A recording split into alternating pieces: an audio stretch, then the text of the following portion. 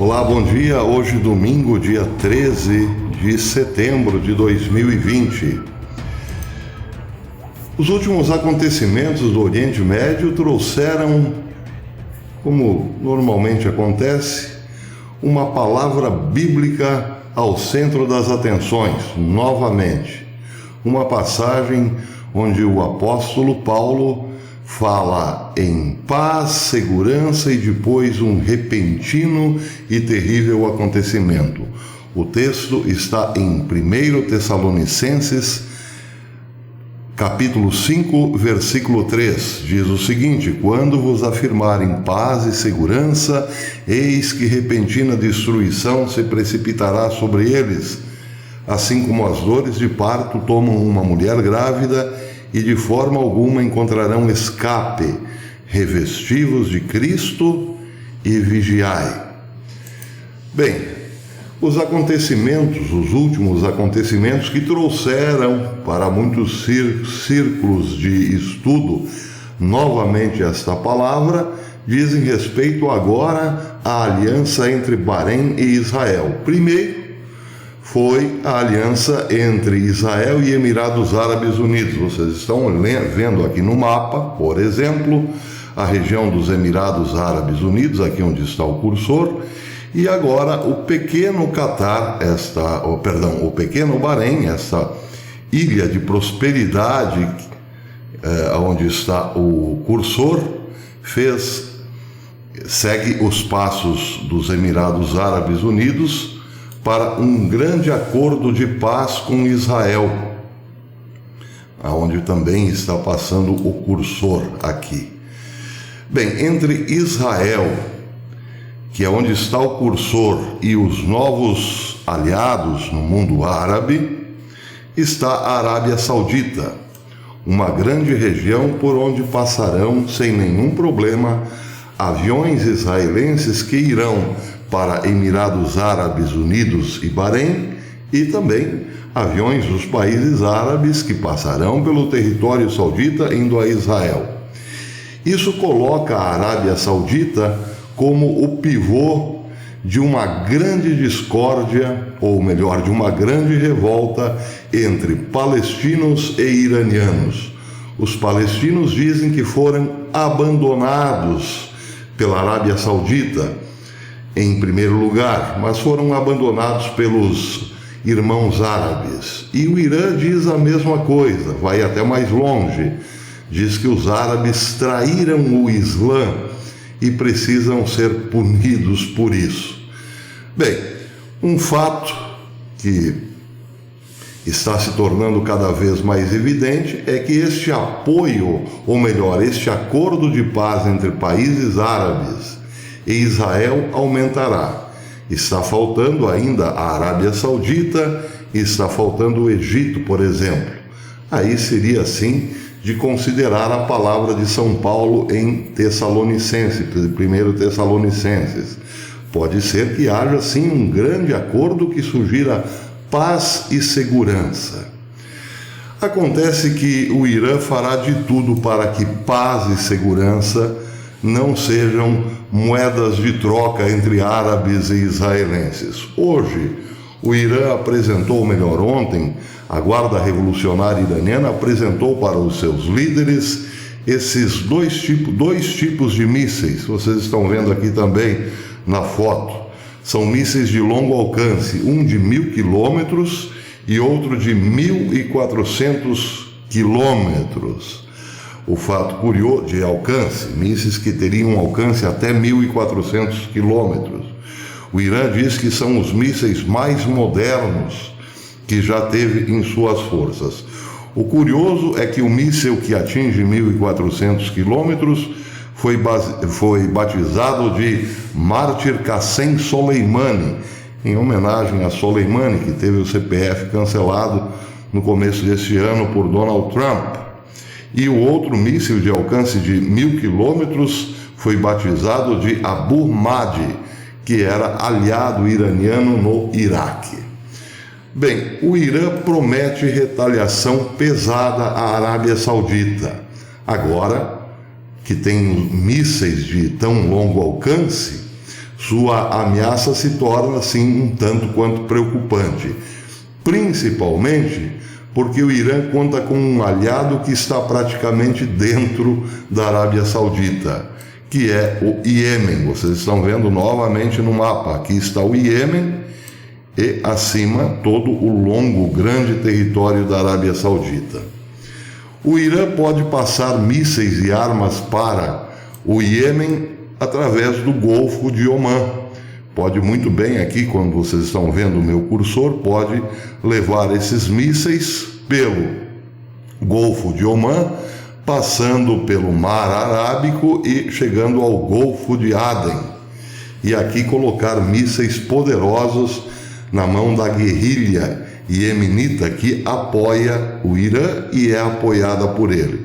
Bem, se esses mísseis chegarem aqui, poderão sim fazer estragos na Arábia Saudita, porque nunca é demais lembrar que quando a Arábia Saudita teve suas duas grandes refinarias destruídas em parte do ataque veio justamente do Iêmen.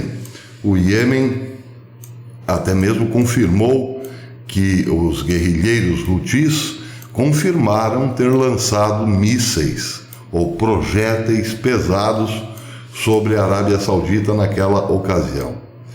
Bem, tudo isso indica que, na medida em que o acordo de paz entre Israel e outros países árabes avança, claro que gerará uma insatisfação muito grande em outro grupo que não quer a paz, porque quer ter ascendência sobre os árabes. É o caso, por exemplo, do Irã, que pretende tomar conta do território saudita, e é o caso, por exemplo, da Turquia, que tem a pretensão de levar Erdogan à chefia, à liderança espiritual e chefia militar de todo o Islã. Irã e Turquia estão furiosos com o acordo de paz entre árabes e israelenses.